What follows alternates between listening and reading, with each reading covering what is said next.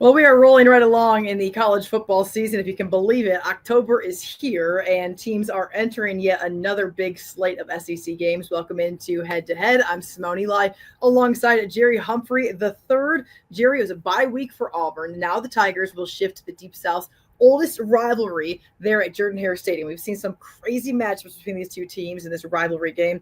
If you were the Auburn Tigers, what do you feel like this team needed to work on? I probably guess what you're going to say, but need to maybe work on the most when it comes to getting back right, especially in terms of getting your first win in the SEC? Yeah, I think the top of that list is, establishing an offensive identity. We just Yeah. haven't been able to see that from quarterback Jackson Arnold or the offensive line. This Monday, Hugh Freeze revealed that one of their left tackles, Xavier Chaplin, actually has a hearing problem. Discovering that, kind of figuring out, the things that are going on with the offense. I think that was like a top of their list. And then, just getting Jackson Arnold more comfortable again. He talked about getting him to play more freer. So we Yeah. haven't been able to see that, so far in SEC play. He's been sacked 14 times. So just making sure, Jackson Arnold is comfortable and is not playing with fear anymore. I think that's what Auburn wants to see improve this week.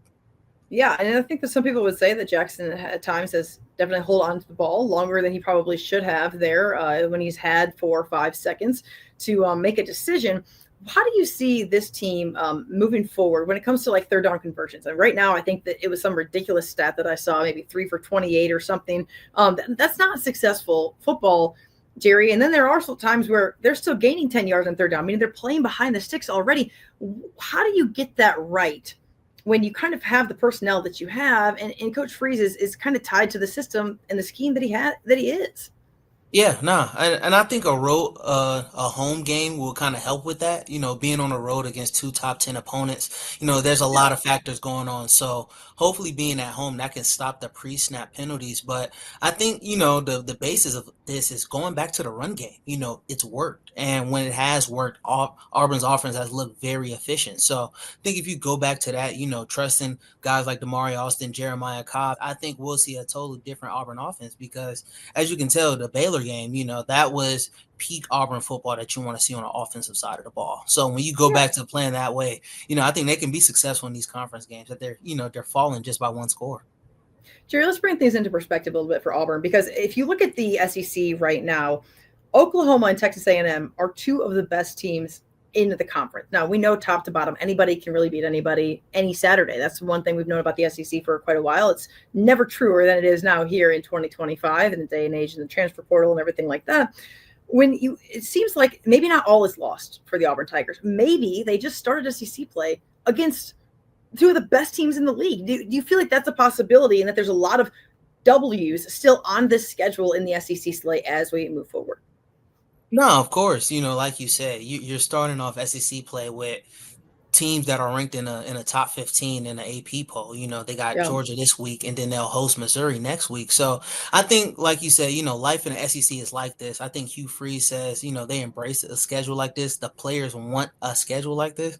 And, they Yeah. have playoff aspirations. So, getting these games like this early on, it will make the road easier, in the long run because, you still have to play an Iron Bowl where Bama can possibly be a top 10 team. You still travel to play a Vanderbilt team that can easily be ranked. So I just think this slate is just kind of, welcome, the new guys to Auburn and SEC play, and then the veterans, they're kind of used to it. So Yeah. Yep. Georgia's going to come to town. Of course, it's ranked 10th right now. Their lone loss came to Alabama a couple of weeks ago in Athens, which was a very rare loss in Athens for Kirby Smart's program. It had been nearly 6 years since Georgia had lost there at home. This team obviously then went and beat a Kentucky team that's just not very good right now. Why is this line, as of this recording, at 3.5? And some people put in Georgia on upset alert. What am I missing here? Because this is no shade towards Auburn, but to this point, Auburn hasn't shown me enough to feel like they're going to go win this game or win in any significant manner either. and no, I totally understand, but you sometimes you got to factor in the magic of Jordan-Hare Stadium. Anything can Oh, happen, especially look nighttime, that up. prime time matchup. I think that's what's kind of giving Auburn the favor with some guys because like I said earlier, every game in Jordan-Hare Stadium has been decided by one score. So I Hmm. don't think, this Saturday, depending on how the season's been going, is going to change that. So if Auburn can find a way to put the pieces together in the fourth quarter, they can win this game. They Yeah. lost at Texas A&M, came down to a final drive. Oklahoma, it came down to a final drive. So if they can win that one last drive against Georgia, you never know what's possible in Jordan Air. What type of energy do you feel like we're getting from the guys in their media availabilities this week? Where do you think the team's head is at right now, getting into this big rivalry game? Yeah, very level-headed, very focused. A lot of people are not looking at this season as a loss yet. They're looking at the Yeah. open week as, perfect timing.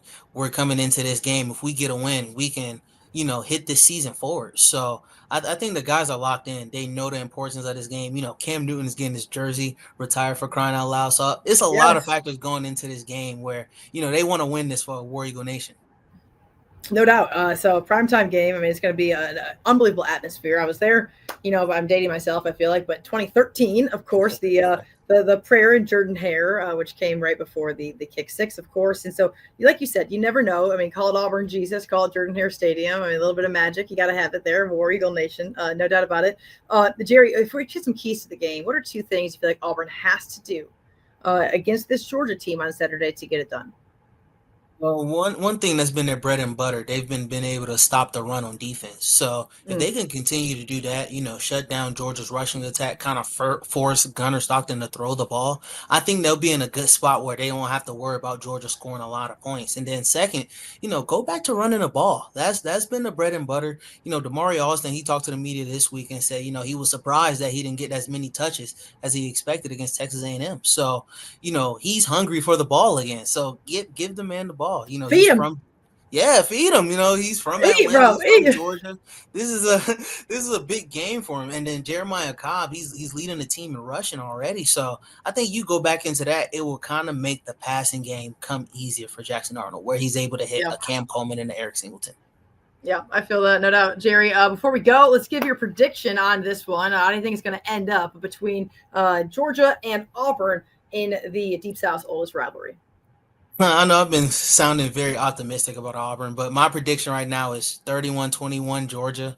Yeah. Like you said earlier, I just don't see Hey, enough right bro. now, I feel it. Yep. as a feed into the line. But I think it will be a great game, great atmosphere, and maybe Auburn could prove me wrong. So we'll see.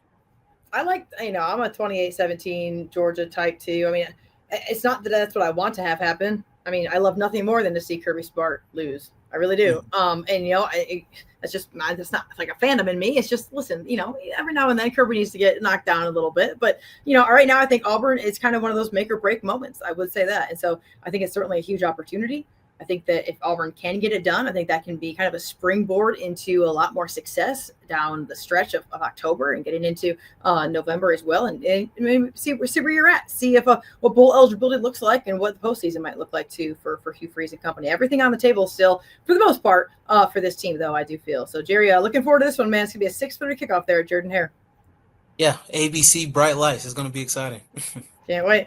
All right, good stuff. Jerry Humphrey III. I'm Simone Eli, and we will see you next week for Head to Head, guys. Brought to you by Alabama Beef Farmers and Ranchers.